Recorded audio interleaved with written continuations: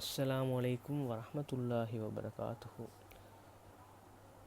தொழுகையின் சிறப்புகள் ரசூலுல்லாஹி ஸல்லல்லாஹு அலைஹி வஸல்லம் அவர்கள் கூறியதாக அப்துல்லா இப்னு உமர் ரலியல்லாஹு அன்ஹுமா அவர்கள் அறிவித்துள்ளார்கள். இஸ்லாம் என்ற கட்டிடம் 5 தூண்களின் மீது அமைக்கப்பட்டுள்ளது. முதலாவது, வணங்கப்படக்கூடியவன் அல்லாஹ் தாலாவை தவிர வேறு யாருமில்லை. ரசூலுல்லாஹி ஸல்லல்லாஹு அலைஹி வஸல்லம் அவர்கள் அவனுடைய அடியாரும் திருத்தூதருமாக இருக்கிறார்கள் என்று சாட்சி கூறுவது. இரண்டாவது, தொழுகையை நிலைநிறுத்துவது. மூணாவது, சகாத் நிறைவேற்றுவது. நாலாவது, ஹஜ் செய்வது. ஐந்தாவது, ரமலான் மாதத்தில் நோன்பு நோட்பது. நூட்கள் புகாரி, முஸ்லிம். விளக்க உரை. இந்த ஹதீஸில் குறிப்பிடப்பட்டுள்ள 5 விடயங்களும் இஸ்லாத்தின் அடிப்படையான கடமைகள். இந்த ஹதீஸில் ரசூலுல்லாஹி ஸல்லல்லாஹு அலைஹி வஸல்லம் அவர்கள் இஸ்லாத்தை 5 கம்பங்களின் மீது அமைக்கப்பட்ட ஒரு கூடாரத்துக்கு ஒப்பிட்டு கூறியுள்ளார்கள். கலிமா இக்கூடாரத்தின் நடுக்கம்பம் போன்றது. மற்ற 4 கடமைகளும் கூடாரத்தின் 4 மூலைகளிலும் உள்ள கம்பங்களை போன்றவை. நடுக்கம்பம் இல்லாவிட்டால் கூடாரமே உருவாகாது. நடுக்கம்பம் இருந்து 4 மூலைகளிலும் உள்ள கம்பங்கள் ஏதாவது ஒன்று இல்லாவிட்டால் கூடாரம் இருக்கும். ஆனால் கம்பம் இல்லாத அந்த பகுதி சரிந்து குறைவுடையதாக காணப்படும். இந்த ஹதீஸின் அடிப்படையில் நாம் நம்முடைய நிலைமையை பற்றி சற்று சிந்திக்க வேண்டும். இஸ்லாம் என்னும் கூடாரத்தை நாம் எந்தளவு நிலைநிறுத்தியுள்ளோம்? இஸ்லாத்தின் எந்த கடமையாவது நாம் பரிபூர்ணமாக நிறைவேற்றி வருகிறோமா?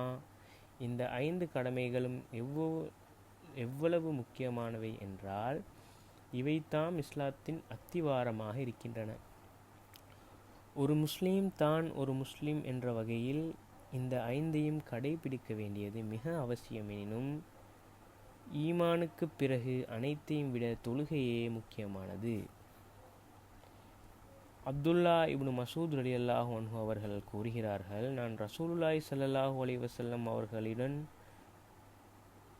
அனைத்தையும் விட அல்லாஹுவுக்கு மிக விருப்பமான செயல் எது என கேட்டேன்.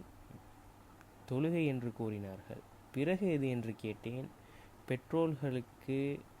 பெற்றோர்களுடன் நல்ல முறையில் நடந்து கொள்ளுதல் என்று சொன்னார்கள். பிறகு எது என்று வினவினேன். ஜிஹாத் என்று கூறினார்கள். முல்லா அலி காரி ரஹ்மத்துல்லா அலைஹி அவர்கள் ஈமானுக்கு பிறகு எல்லாவற்றையும் விட முதன்மையானது தொழுகைத்தான் என்ற ஆலிம்களின் கூற்றுக்கு இந்த ஹதீஸ் ஆதாரமாகும் என கூறியுள்ளார்கள். அல்லாஹ் தாலா தனது அடியார்கள் மீது விதித்த கடமைகள் அனைத்திலும் தொழுகை தான் சிறந்தது என்ற சஹீஹான ஹதீஸும் இந்த கருத்தையே வலியுறுத்துகிறது. வேறு பல உறுதியான ஹதீஸ்களிலும் எல்லா அமல்களையும் விட தொழுகை சிறந்தது என்ற கருத்து தெளிவாக கூறப்பட்டுள்ளது. சௌஃபான் இப்னு உமர், ஜலாமா, அபு உமாமா, உபாதா ரலியல்லாஹு அன்ஹும் ஆகிய 5 சஹாபாக்கள் வாயிலாக மேற்கூறப்பட்ட ஹதீஸ் அறிவிக்கப்பட்டுள்ளது. மேலும் அந்தந்த நேரத்தில் தொழுது கொள்வது எல்லா அமல்களையும் விட சிறந்ததென்று இப்னு மசூத், அனஸ் ரலியல்லாஹு அன்ஹுமா ஆகிய இருவரும் கூறியுள்ளதாக அறிவிக்கப்பட்டுள்ளது. நூல் ஜமீஉஸ் ஸகீர். தொழுகையை ஆரம்ப நேரத்தில் தொழுவது தான் அனைத்திலும் சிறந்ததென்று இப்னு உமர், உம்மு பர்வா ரலியல்லாஹு அன்ஹுமா ஆகிய இருவரின் வாயிலாகவும் அறிவிக்கப்பட்டுள்ளது. மேற்கூறிய அறிவிப்புகள் அனைத்தும் ஏறத்தாழ ஒரே கருத்தை தான் குறிப்பிடுகின்றன.